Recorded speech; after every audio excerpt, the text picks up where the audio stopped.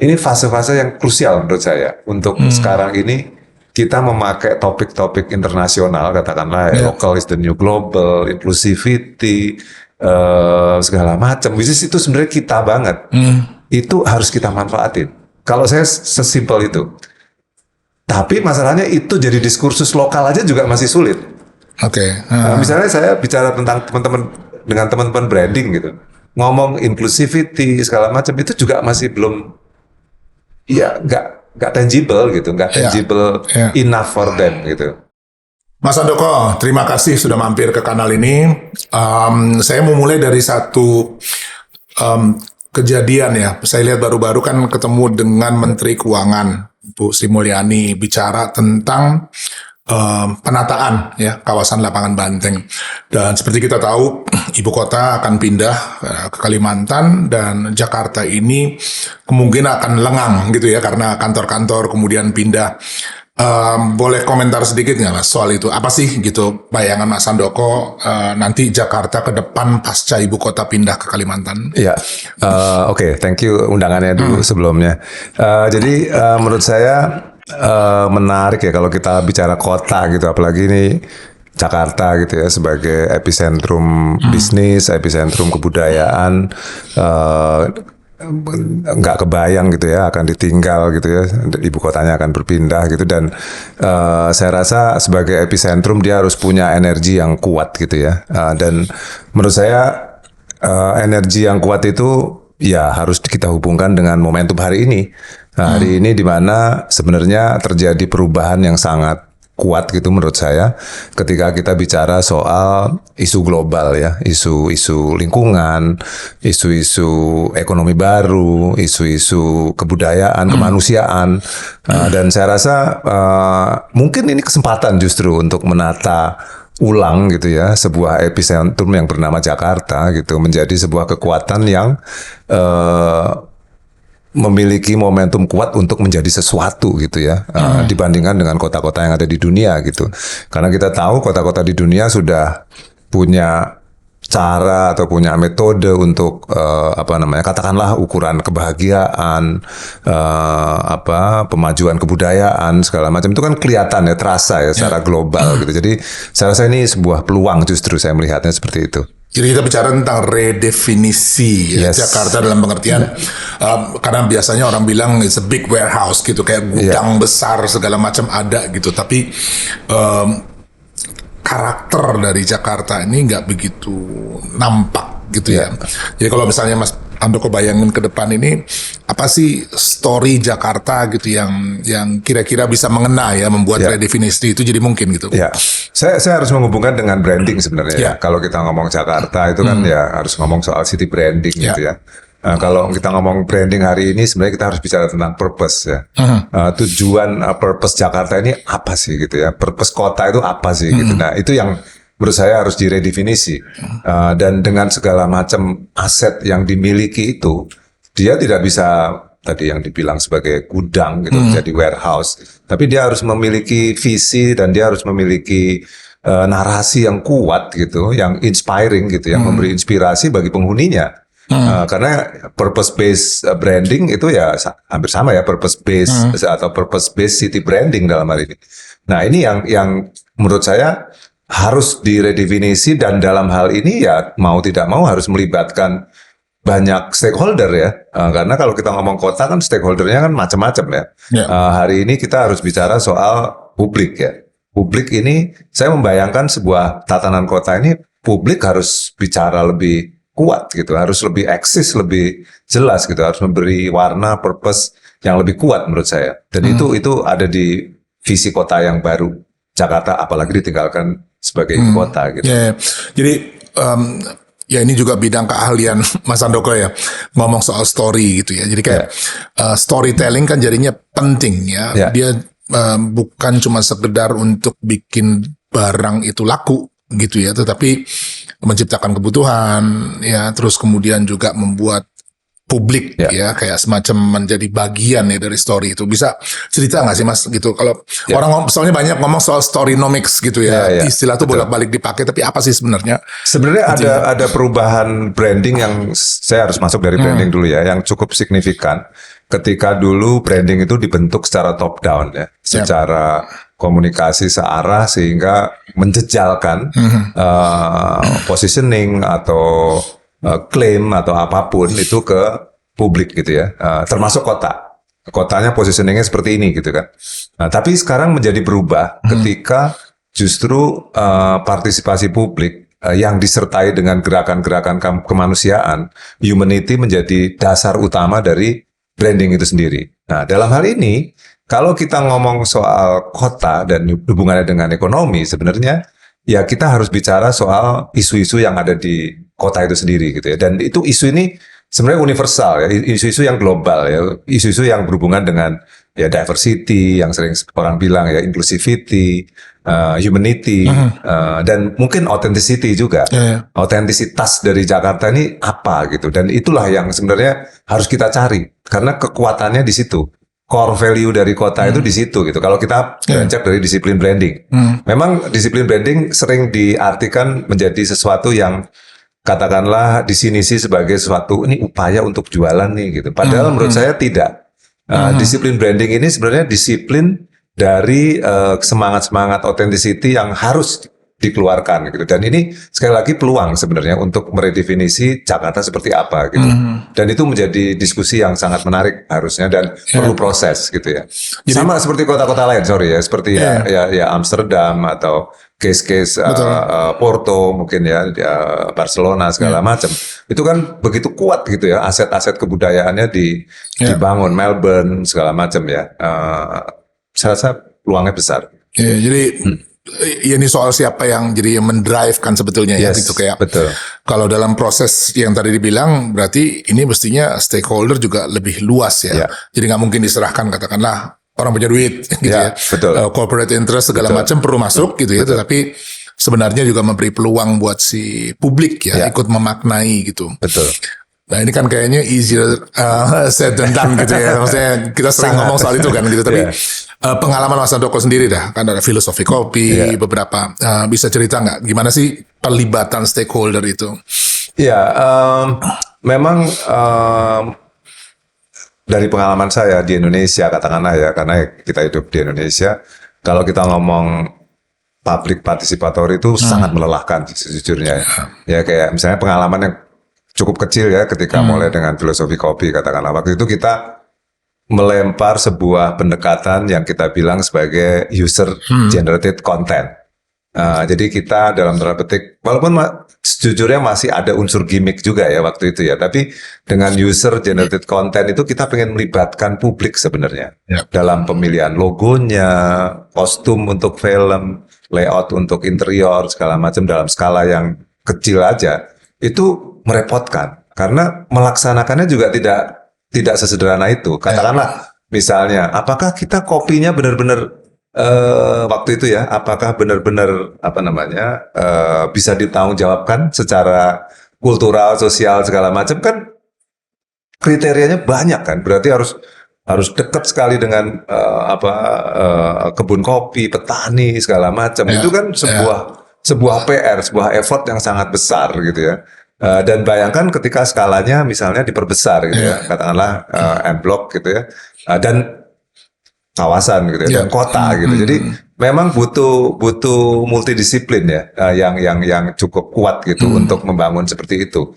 Tapi yang saya harus bilang bahwa memang harus ke sana sekarang ini, karena memang kalau kita ngomong dari konsumen ini butuh nilai-nilai kemanusiaan hari ini, butuh nilai-nilai yang benar-benar relate dengan problemnya gitu ya, butuh sesuatu yang katakanlah secara emosional itu bisa memahami publik itu sendiri gitu. Jadi nggak bisa dihindari juga, walaupun ini saya bilang sebagai sesuatu yang sangat berat, tapi kita harus masuk.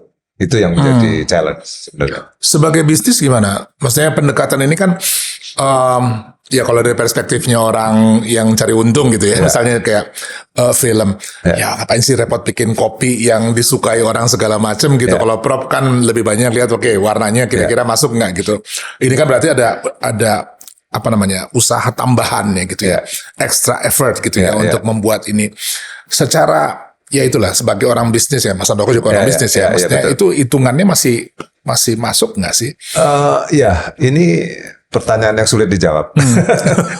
Mungkin saya jawabnya harus sedikit sabar. Di satu sisi, secara bisnis, saya harus bilang ini make sense banget secara bisnis. Dalam arti tadi konsumen, tren dunia, arahnya ke sana gitu ya.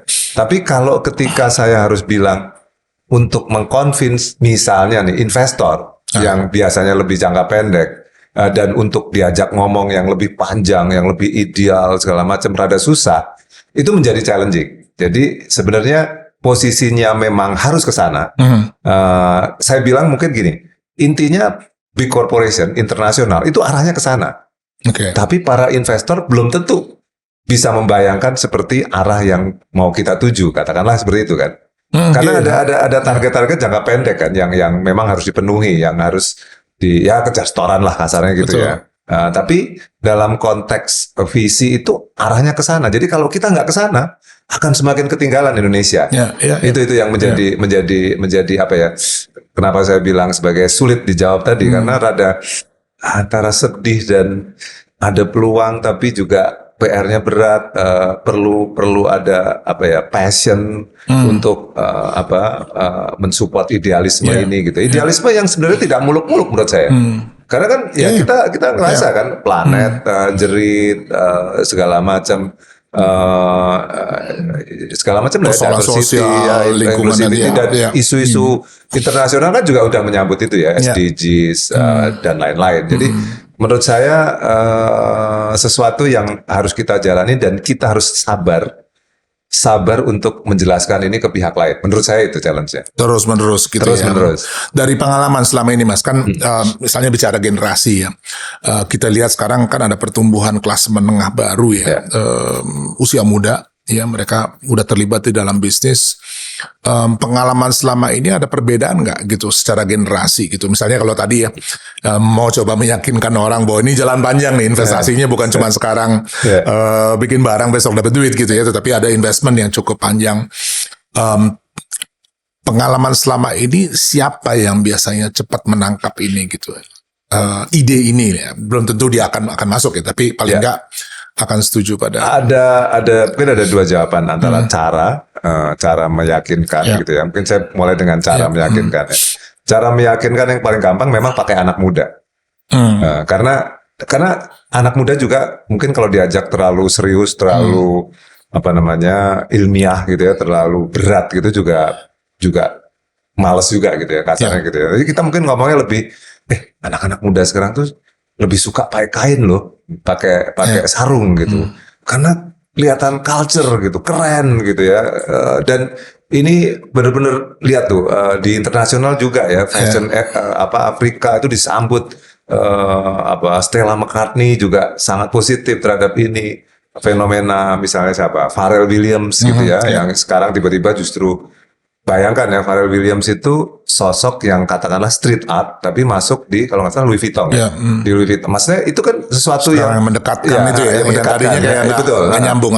Kalau ngomongnya terlalu serius kebudayaan mungkin terlalu berat, tapi kalau kita ngomongnya ringan-ringan aja, lihat tuh fenomena ini. Dian Sastro tuh suka pakai yang culture banget gitu ya. Mungkin yang paling ringan itu gitu ya. Tapi kalau yang cukup berat memang ya kita harus bisa bikin argumen yang kuat ya tentang indikasi geografis, authenticity, segala macam. Jadi itu juga another challenge. Bagaimana kita mengemas komunikasi terhadap katakanlah yang ringan tapi juga kesana gitu, tapi juga berat tapi juga kesana gitu. Itu challenge juga. Kita ngomong dengan budayawan, kita nggak bisa kan ngomong soal misalnya tadi cuman ngomong anak-anak muda pakai sarung segala kan mungkin dianggapnya itu tren aja tuh segala macam gitu kan. Terus kita informasi lompat-lompat memang ya. Belum kita ngomong lingkungan misalnya kayak siapa tokoh muda itu yang di Greta PBB ngomong Thunberg misalnya. Jadi hal-hal yang sangat paradoks, sangat kontras itu terjadi sekarang. Ya, ya. Nah, salah satu yang Mas Handoko bolak-balik angkat ini kan lokal, Ya. ya, jenama lokal gitu. Dia masuk di dalam gambar tadi sebelah mana nih? Kenapa harus lokal? Ada beberapa pertimbangan. Yang pertama adalah saya cukup lama di komunikasi ya, jadi saya cukup paham dan paham dalam arti getir juga gitu ya. Mungkin harus dibayangkan dulu saya kan lahir dari generasi bahkan baby boomers gitu ya, masuk ke Gen X gitu, yang sangat memuja-muja Barat, globalisasi gitu ya istilahnya zaman dulu. Jadi bacanya Esquire, Rolling Stone, gitu, waktu belum diterjemahkan waktu itu ya, memakai parfum yang ada di buku-buku di majalah-majalah itu segala macam. Terus tiba-tiba kan muncul tren yang berubah ya, ketika muncul local is the new global, dan muncul yang sangat artisan gitu kan. Nah, sebenarnya dengan fenomena itu sebenarnya peluang kan, sebenarnya peluang banget gitu. Lokalitas itu punya peluang yang sangat besar. Sementara kita juga terjebak di terminologi yang menurut saya kurang strategis ya, misalnya kayak UKM gitu ya. UKM itu kan Kenapa ini ya? Ya UKM itu kan kesannya kan kayak kasihan gitu ya. Cool factornya kurang, terutama cool factor ya. Cool factornya kurang, sehingga kita perlu ada upaya untuk membangkitkan kebanggaan sebenarnya, kebanggaan lokal, tapi dengan narasi yang baik gitu, dan itu juga challenging banget sebenarnya, masih challenging banget. Tapi saya melihatnya seiring dengan perkembangan film, musik segala macam, saya rasa itu akan menggelinding dengan sangat cepat gitu. Nah, yang saya takutkan sebenarnya institusi global juga lebih cepat. Oh gitu. Multinational big corporation itu juga ngambil porsi itu. Nah, itu yang sekarang ini kayak cepet-cepetan juga untuk sebenarnya diambil nggak masalah, tapi masalahnya jangan sampai kitanya ketinggalan. Kitanya ketinggalan. Kalau diambil kita kan nggak bisa nyetop ya. Misalnya big corporation langkah-langkahnya sesuai dengan isu-isu SDGs dan lain-lain. Saya rasa kita nggak bisa cegah, nggak bisa cegah. Tapi kalau kita ketinggalan dan kita tidak berhasil menjalin relevansi dengan publik, itu bahaya menurut saya. Kurang lebih itu sih. Tapi tantangan terbesar, katakanlah ada jenama lokal gitu ya, dia mau sebut naik kelas gitu ya, dari persebaran hanya di wilayahnya sendiri gitu, yang maksudnya tujuannya ini apakah dia nanti akan global atau dia akan jadi kumpulan-kumpulan lokal yang kuat gitu? Apa sih visinya? Kalau menurut saya mungkin sebelum ke sana sederhana sekali ya. Kita ini kan sebenarnya kalau dari penilaian saya nih, kita ini bangsa yang sangat lemah SOP-nya. Standard operation prosedur kita lemah gitu ya. Kalau kita ngomong jenama, misalnya katakanlah kita ngomong F&B deh, misalnya McD, Starbucks itu kan tahun 80-an. Kita relatif baru sekali gitu. Jadi kita ini kayak belum punya tata kelola bagaimana sih mengelola sebuah bisnis seperti itu gitu ya. Tentu saja kita ketinggalan jauh ya dibanding mereka gitu. Jadi saya melihatnya belum sampai ke kumpulan-kumpulan tadi, tapi bagaimana kita punya spirit eksekusi dari ide-ide lokal itu secara tata kelolanya baik. Nah, menurut saya itu yang aja dulu. Ya, itu dulu aja. Nah, itu dulu. Itu karena itu esensi. Menurut saya itu esensial banget ketika kita harus memiliki itu, dan itu sulit. Karena bikin ide gampang. Mengeksekusinya sulit. Padahal SDM-nya ada kan, SDM-nya pernah kerja di Starbucks, pernah kerja di macam-macam. Nah, tapi kita belum punya itu gitu ya. Apa kapasitas organisasi, pengetahuannya kan ada. Ya, modal oke lah, relatif bisa masuk gitu ya. Tapi ini saya menebak-nebak ya, sebenarnya menebak-nebak, tapi kita ini bangsa middleman sebenarnya. Kita bangsa middleman. Jadi sehingga kita ini sebenarnya nggak punya keberpihakan terhadap SOP tadi, karena kita di zona nyaman di middleman tadi. Misalnya antara menjadi middleman, businessman ini kan, businessman kan macam-macam ya.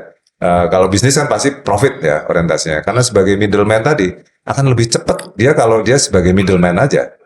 Dia untuk membangun dari awal segala macam tuh kita nggak punya ketekunan itu sebagai Betul, bangsa. ya. Menurut saya Ya, tidak punya ketekunan itu sehingga kita ya akhirnya semua tergerus. Akhirnya misalnya yang tergerus ya, contoh tata kota.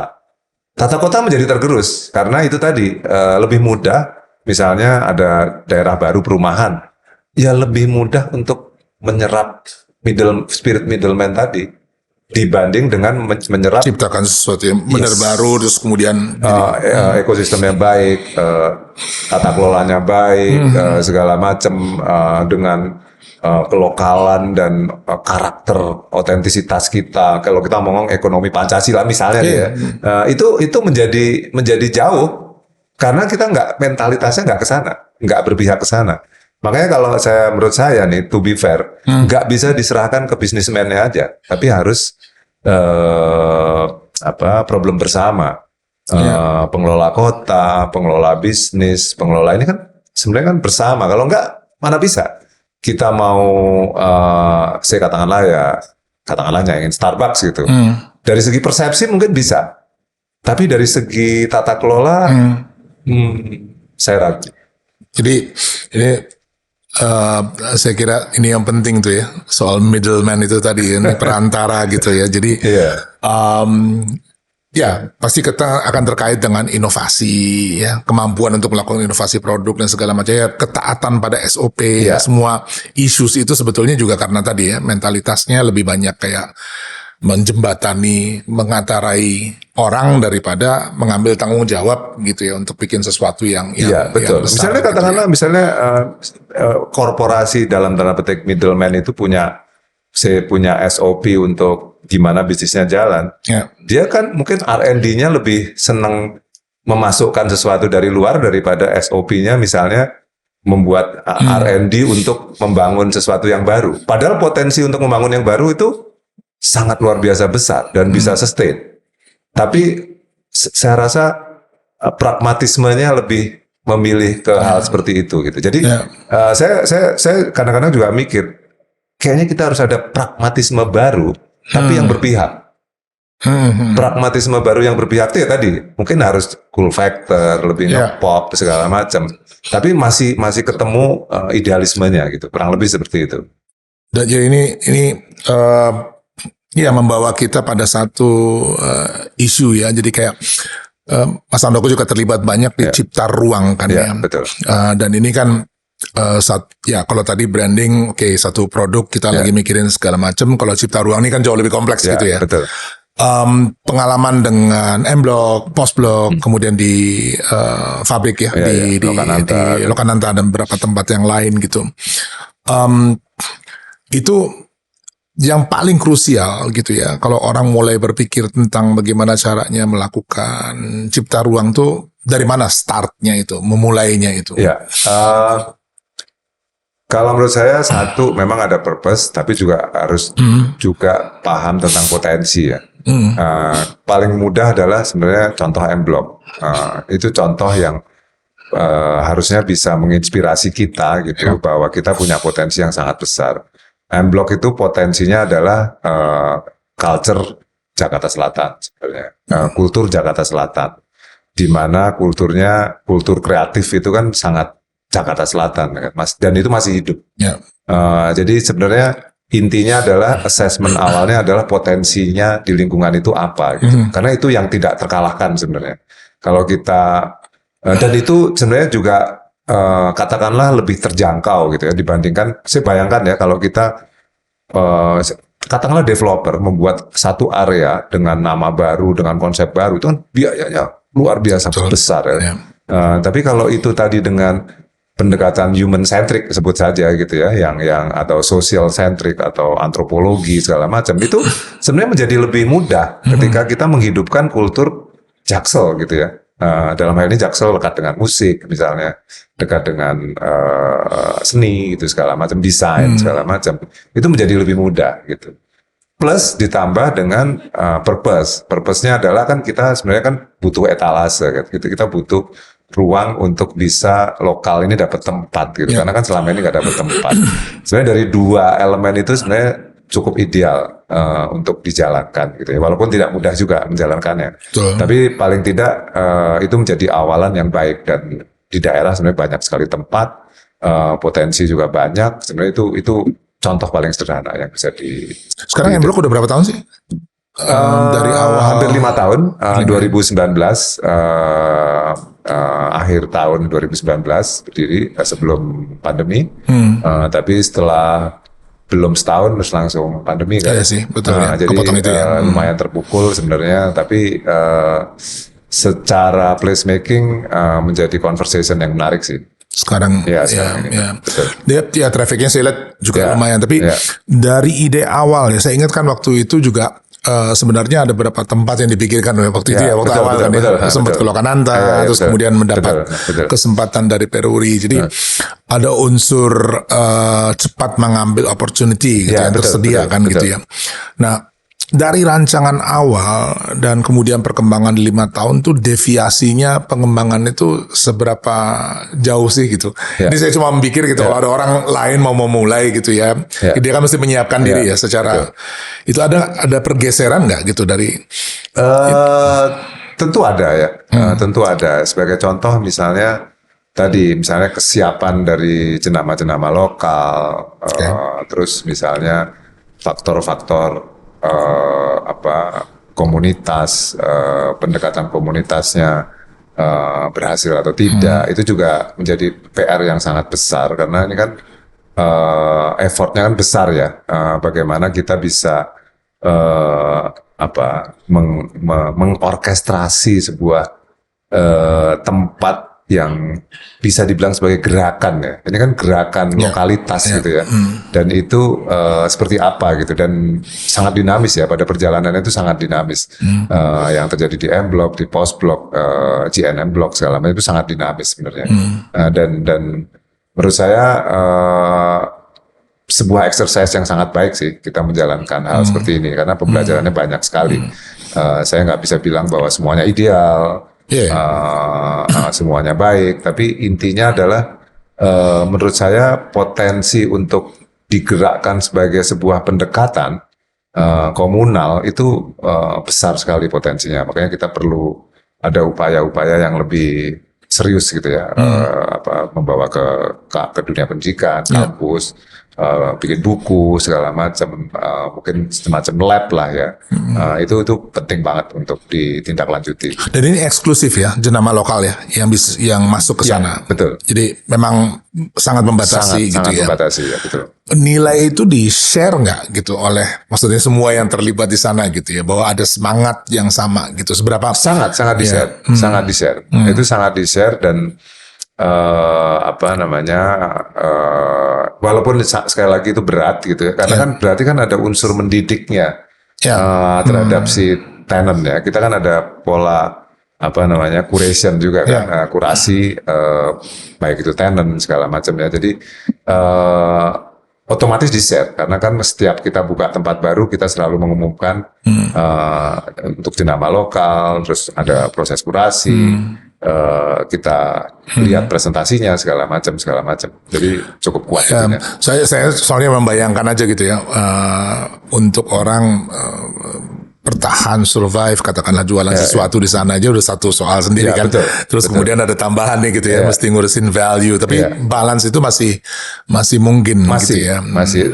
Jangan lupa juga faktornya tidak hanya tenant ya. Ada faktor event. Ada faktor partnership gitu ya, movement gitu ya. Event itu penting banget untuk menambah bobot lokalitas tadi, karena keberpihakan dari event itu juga sangat kuat ya, terutama prioritas kita untuk mengajak komunitas, bikin kegiatan-kegiatan dan lain-lain, itu tuh sangat memberi warna sih. Jadi sebenarnya menghidupkan tempat itu tidak sekedar jualan. Betul. Tapi bagaimana tempat ini menjadi hidup. Tempat ini menjadi, istilah saya, ritual ya. Menjadi ritual bagi publik untuk melakukan sesuatu. Artinya tempat itu harus bermakna gitu secara sosial. Dan itu yang sebenarnya lebih bobotnya lebih lebih besar mahal, ya, dalam lebih besar. itu ya. Betul. Itu Jadi yang kita sangat perhatikan sebenarnya. Jadi social gain itu harus seimbang ya dengan economic gain-nya gitu ya. Jadi nggak boleh kayak dia lihat sebagai sesuatu yang terpisah. Betul. Gitu ya. Sesimpel kadang-kadang cuman post-it, tempel keluhan anak-anak muda terhadap sebuah keresahan pergantian tahun misalnya. Itu kan sebuah ruang ekspresi yang mungkin tidak ditemukan gitu ya. Dan lain-lain ya, termasuk mungkin hari-hari khusus atau katakanlah ya mungkin ada topik-topik yang kayak misalnya sekarang Palestina segala macam itu mengundang engagement atau relevansi yang meaningful sebenarnya, sangat bermakna lah.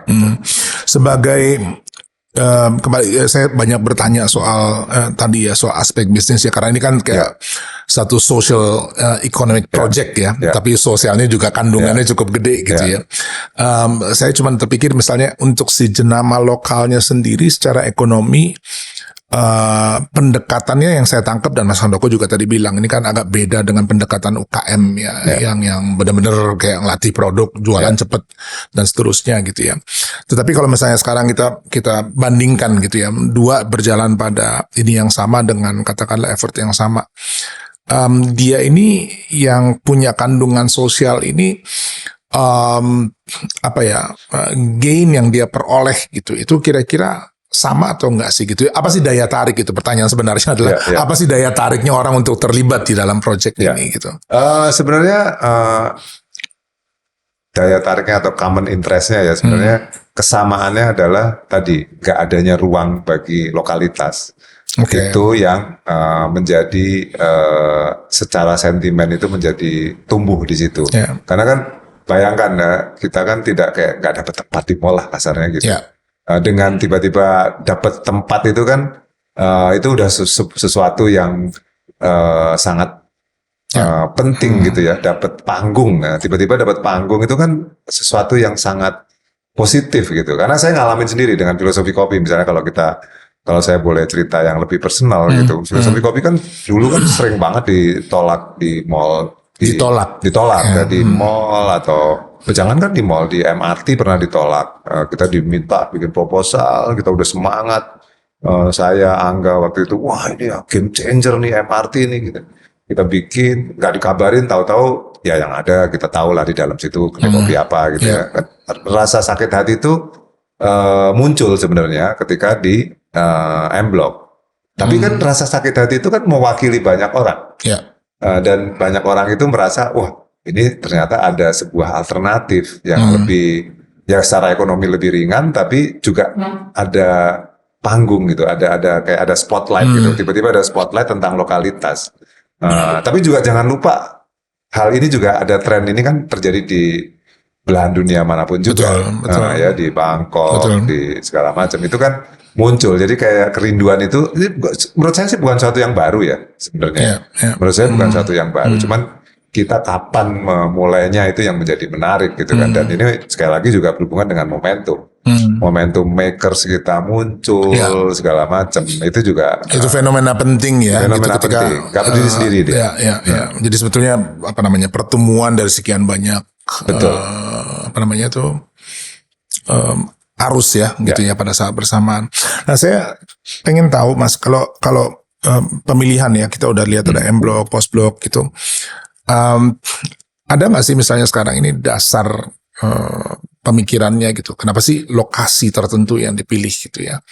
Atau ya kebetulan karena ini aset yang idle dan kemudian bisa dimanfaatkan. Apa pertimbangannya itu? Ya karena terus terang kita tawaran banyak banget ya.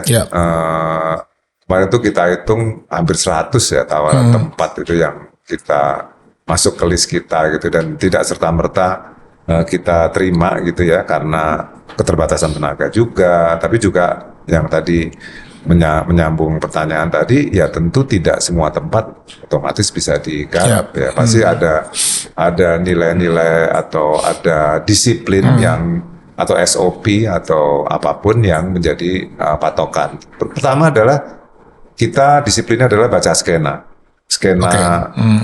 kreatif atau skena kultural di sekitar situ apa yang potensial.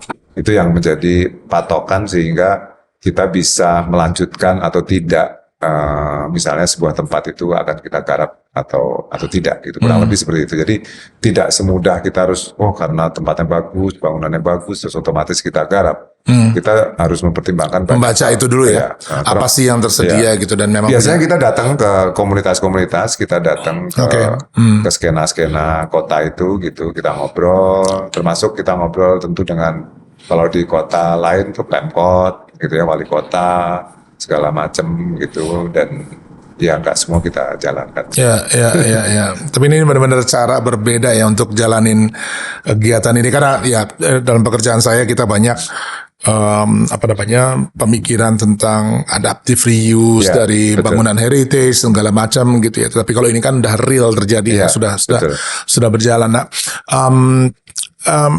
selama ini ada nggak katakanlah apa sih tantangannya gitu ya? Karena saya ambil contoh misalnya teman-teman Ruang Rupa gitu ya, mereka pernah waktu itu dengan Sarinah ya, di gudang Sarinah gitu, dan bikin ekosistem yang ya saya nilai bagus ya. Mereka bisa kembangkan ruang yang idle sebetulnya gitu ya, menjadi sesuatu yang itu. Tapi kemudian pada satu titik tiba-tiba si Sarinahnya ngerasa oke deh kita kerja ini sekarang sendiri gitu ya. Kemudian ada persoalan sewa gitu. Muncul nggak di dalam proyek-proyek yang selama ini ditangani gitu? Sejauh ini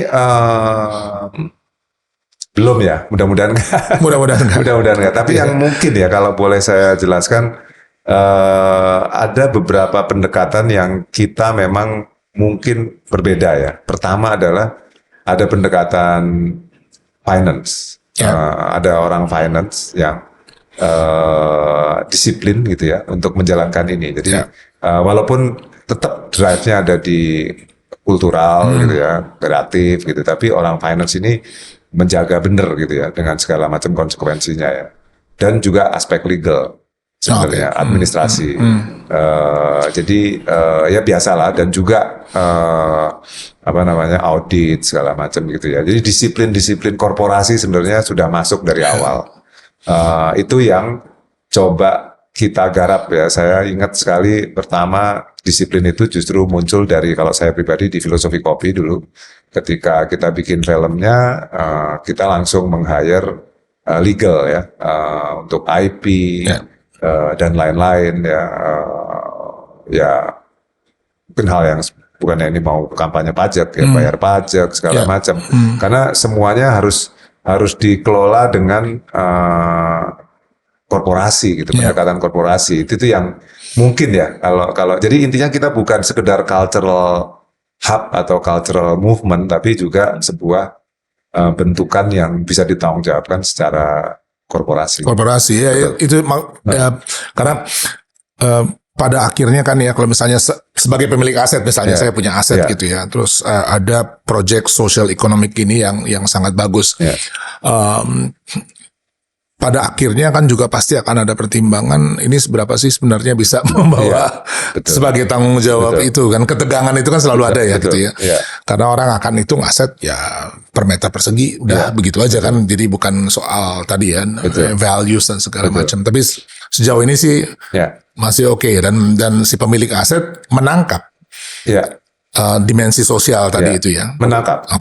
Jadi yang menarik ya, dimensi sosial itu macam-macam ya.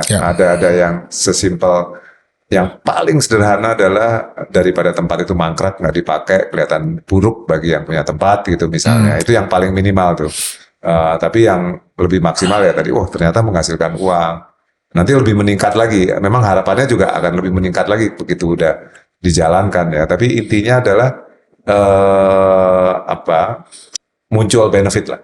Bisa dibilang sekarang ini yang terjadi adalah muncul benefit dan koeksis juga gitu antara yang punya tempat dan kita yang operator gitu. Dan menurut saya sih sebenarnya bentuk kerjasama yang sangat menarik ya, menurut saya ya. Dan ini saya perhatikan juga secara internasional, secara global, tadi yang saya sebut sebagai spirit humanity, spirit diversity dan lain-lain, inclusivity, ini menjadi topik-topik bahasan dari global korporasi sebenarnya. Nah, jadi poin saya adalah unsur-unsur kebudayaan ini harusnya masuk list di sebuah spirit yang memang arahnya ke sana gitu. Perbankan internasional kan juga spiritnya kan narasinya kan mulai narasi-narasi kebudayaan. Dan kalau kita lihat kasat mata bank-bank itu kan banyak sekali yang katakanlah sponsorshipnya di kebudayaan gitu ya. Dan itu sebenarnya saya merasa yakin bahwa ini akan ke sana gitu. Ya. Tentu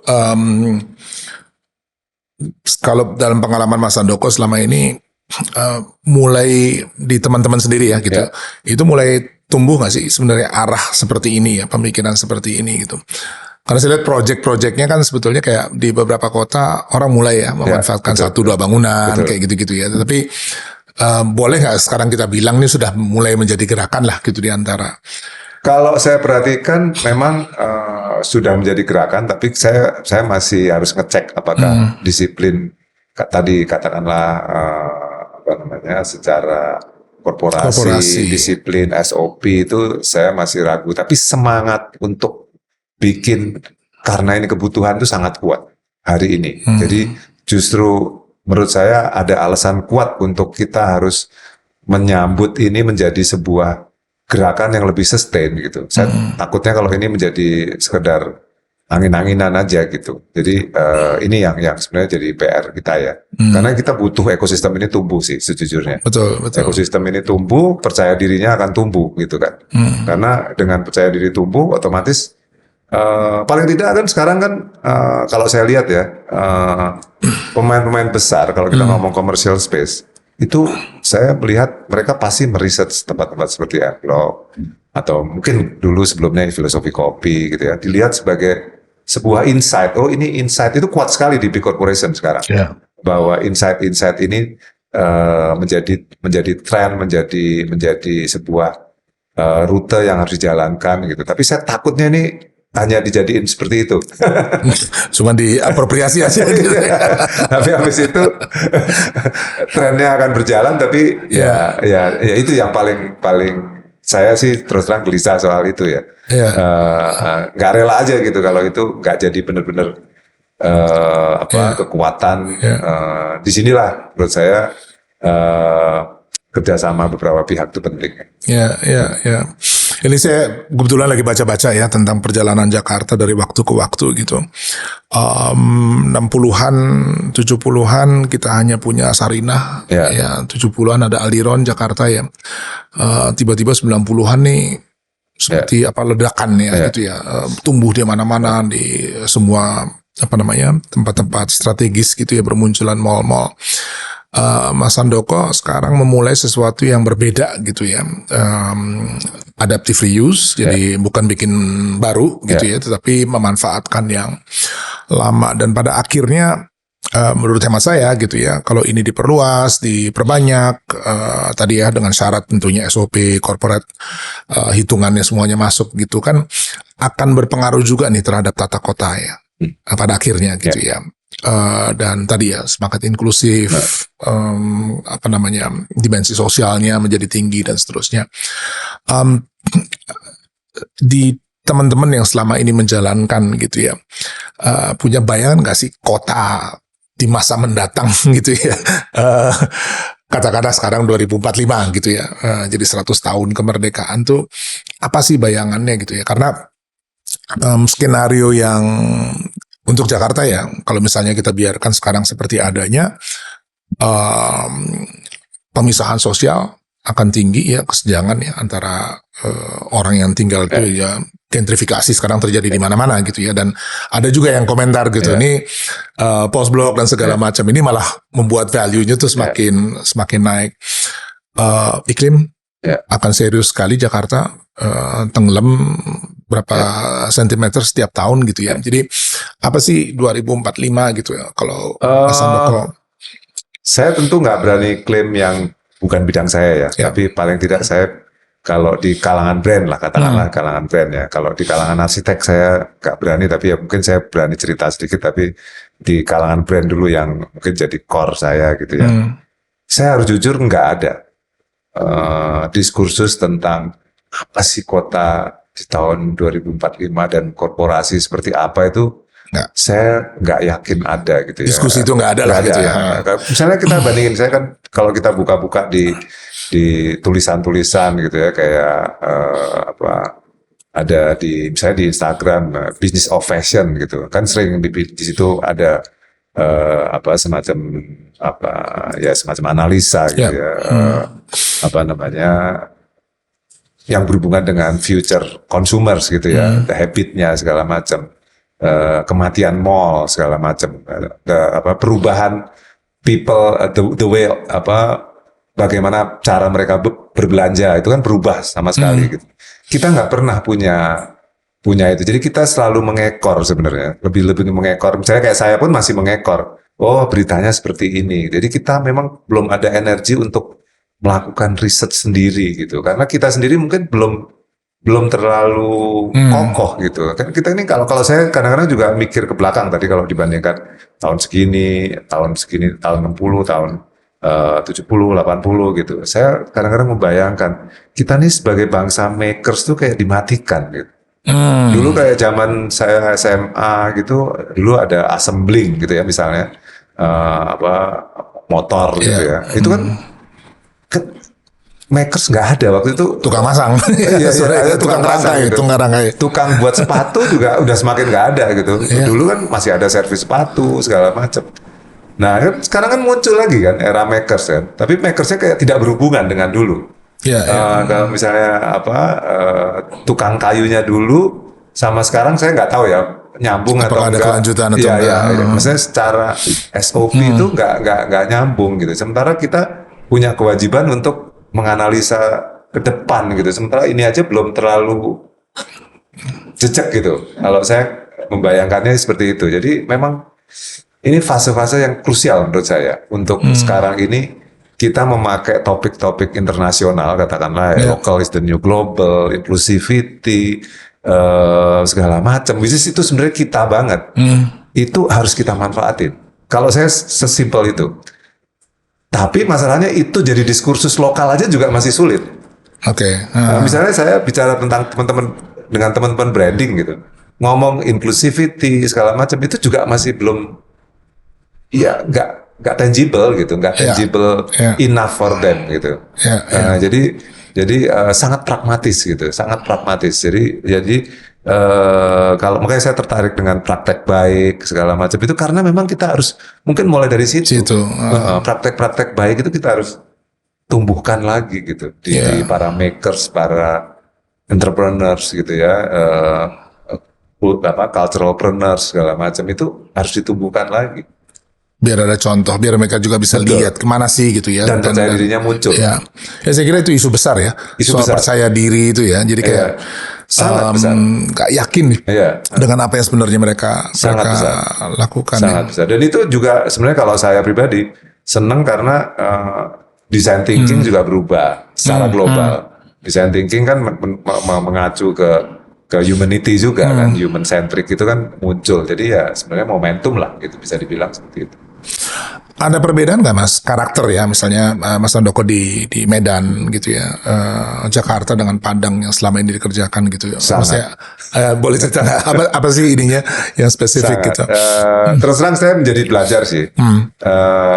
Ketika kadang-kadang saya juga hebat juga ya kalau katakanlah brand asing gitu berani buka di berapa kota gitu yang karakternya beda-beda gitu. Dan ternyata ketika kita ngejalanin sendiri gitu, ternyata gak gampang gitu ya berhadapan dengan kultur-kultur kota. Maksudnya katakanlah Jawa dengan Sumatera aja udah beda sekali gitu.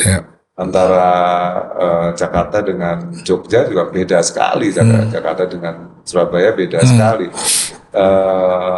Beda sekali sih karakternya. Tapi mungkin saya merasa bersyukur sih bahwa sebenarnya artinya kalau misalnya kita berangkat dari local is the new global, sebenarnya kita sekali lagi punya peluang kan.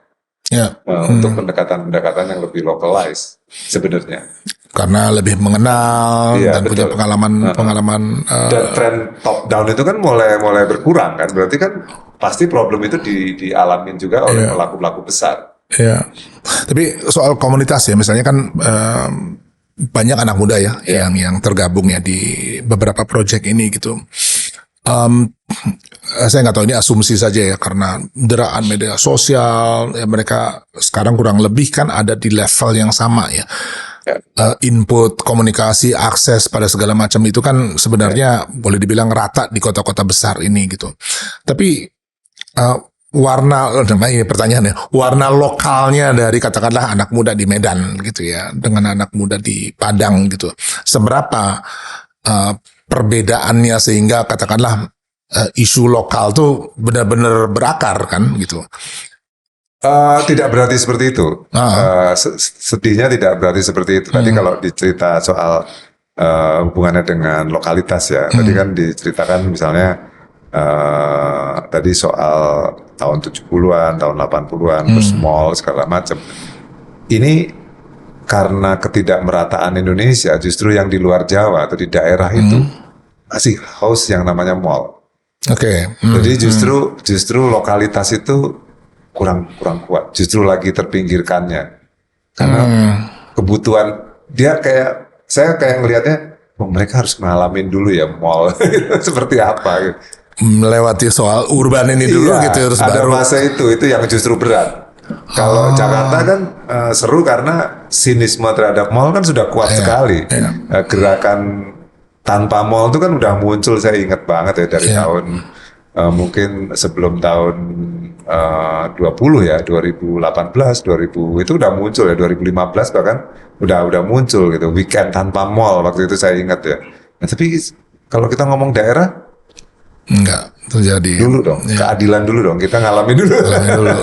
Baru dia boleh mikir soal lokal dan segala macam gitu. Itu fakta. Itu fakta. Ya, kalau di kebudayaan maksudnya ekspresi artistik ya gitu ya, kayak seni pertunjukan dan segala macam sangat hidup kan ya, artinya mereka justru melihat kelokalan itu sebagai sesuatu ya, modal ya untuk bisa membedakan diri dengan yang lain gitu. Tapi kalau audiensnya kayaknya enggak ya. Jadi sebenarnya kalau misalnya bicara identitas kota gitu, itu lemah ya berarti ya. Misalnya saya nih anak, tapi orang bilang orang Medan gitu ya. Tapi maksudnya identitas kulturalnya itu nggak identik dengan tadi ya, kebanggaan terhadap apa yang ada di tingkat lokal. Di sini sebenarnya kalau menurut saya terkait sekali dengan struktur kota itu sendiri ya. Maksudnya dalam hal ini pendapatan kota. Kalau bukan di Jakarta itu kan sangat top down ya, bisa dibilang kan dari RAPBD ya. Itu kan masih sangat kuat. Jadi gimana pun juga pelaku-pelaku itu masih sangat didominasi oleh government. Kalau di daerah. Jadi artinya poin saya tidak underestimate kultural di daerahnya tapi secara flow itu memang sangat dikuasai top down sifatnya. Jadi disitulah yang membuat kalau kita ngomong partisipasi publik segala macam itu masih perlu waktu gitu. Di sini sebenarnya menurut saya justru penting juga kita bicara soal contoh-contoh kota-kota internasional di negara lain yang kota kecil. Makanya saya sering lihat misalnya kayak City Index negara-negara kecil segala macam. Jadi saya rasa kota-kota itu butuh inspirasi hal-hal yang sifatnya komunal, empowerment, public participatory segala macam sangat dibutuhkan. Tapi secara ekonomi itu, struktur ekonomi itu tidak gitu. Itu yang saya merasa aduh kayaknya mereka masih haus untuk luar gitu ya. Maksudnya ininya lebih kayak tadi mall, pergi ke luar negeri kayak gitu-gitu. Jadi itu yang masih jadi kayak saya sering ketemu dengan kepala daerah ya, wali kota, bupati gitu ya, dan banyak dari mereka ini sangat tertarik soal branding kan gitu ya. Daerah saya ini di branding gimana gitu ya. Terus saya kadang-kadang ya ngobrol, terus lihat beberapa pekerjaan yang mereka lakukan ke arah itu gitu ya. Umumnya yang saya tangkap gitu ya, sangat generik gitu ya. Ya mereka nyari simbol-simbol, mereka cari ya memang ada yang story, narasi dan segala macam. pengalaman Mas Handoko gitu, bisa nggak sih kasih advice gitu? Apa sih yang ini buat teman-teman kepala daerah atau semua yang tertarik pada soal branding di daerahnya gitu? Dari mana mereka sebenarnya mesti mulai itu? Ya, kalau menurut saya ya kita sering diskusi soal lokalitas ya, indikasi geografis, assessment terhadap kekuatan narasi, storytelling segala macam. Dan saya harus yakinkan bahwa storytelling itu masa depan kita sebenarnya, karena marketing ke depan tadi yang disebut sebagai storynomics tadi itu benar sekali sebenarnya, bahwa peran dari story itu sangat besar gitu ya. Dan apalagi kalau sekarang di zaman digital, penyebarannya, bagaimana orang bisa empati terhadap story itu menjadi peluang sebenarnya, ketika siapapun berpeluang sebenarnya untuk memiliki kekuatan dan membangkitkan ekonomi daerah gitu ya, atau karakter daerah atau apapun gitu ya, itu menjadi sebuah kekuatan gitu. Jadi harus berangkat dari story sih menurut saya. Menurut saya pemimpin-pemimpin daerah harus punya semacam story argument ya, bukan disiplin branding, tapi story argument yang kuat gitu, sehingga dia kenapa menjadi seperti ini gitu, kasarnya gitu. Dan itu harusnya ada disiplinnya kan. Ibaratnya kita bikin film lah. Bikin film itu kan sebenarnya membangun relevansi berdasarkan dari story argument ya. Mau storynya zaman dulu, cerita sejarah, tapi relate gitu, relevan dengan zaman sekarang gitu kan.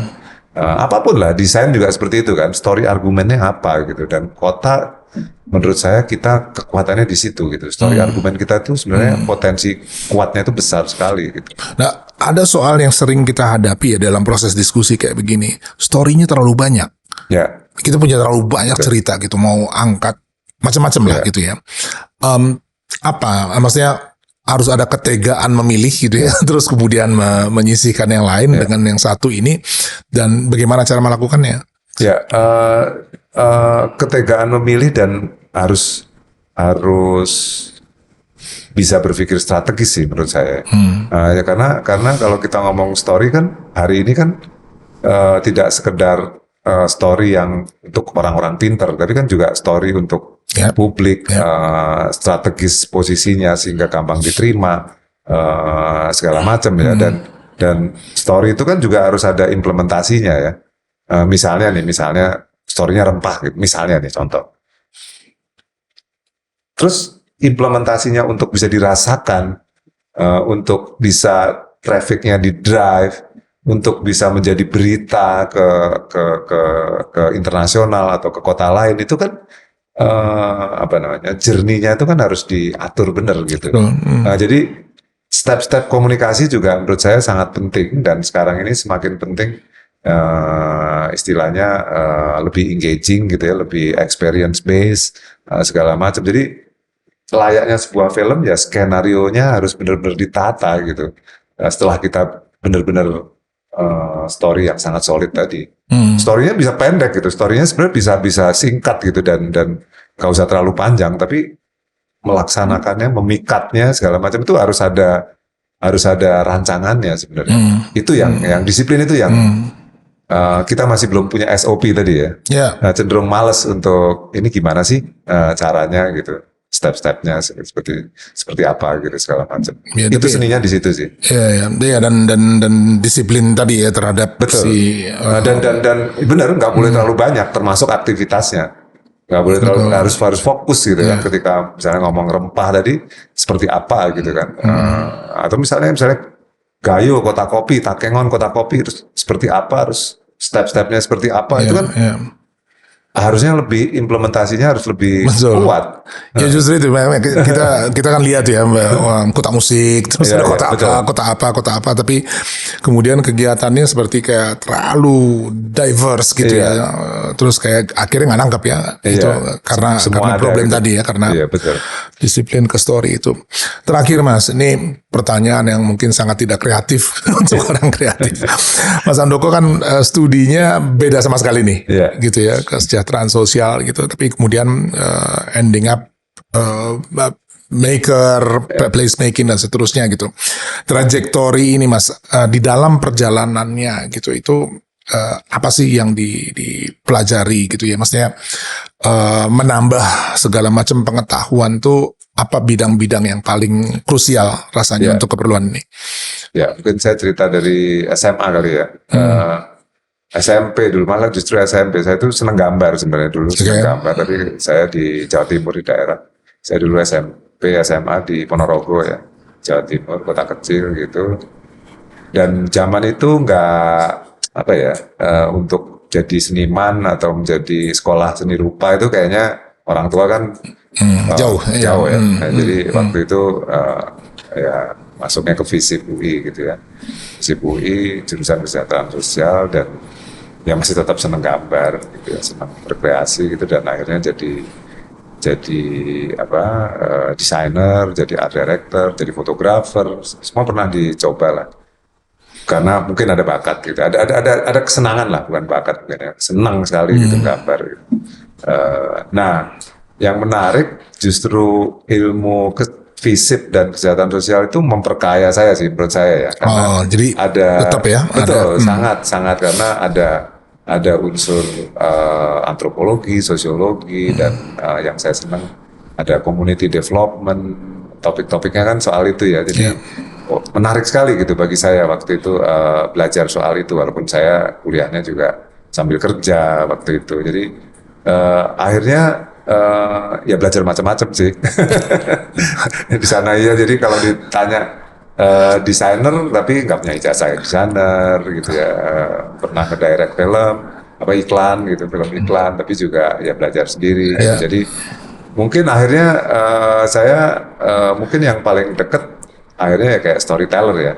Akhirnya di dunia iklan dulu juga macam-macam kan pendekatannya. Kalau bikin iklan itu kan sebenarnya iklan tuh ilmu yang sangat lengkap ya, untuk kita bisa tahu banyak hal ya, consumer insight, segala macam gitu ya. Cuman waktu itu yang saya beruntung adalah berkesempatan untuk bikin jenama sendiri gitu kan, kalau tidak hanya konsultan. Jadi itu sangat berharga juga ketika bikin konten sendiri, IP sendiri, segala macam bersama teman-teman tentu ya.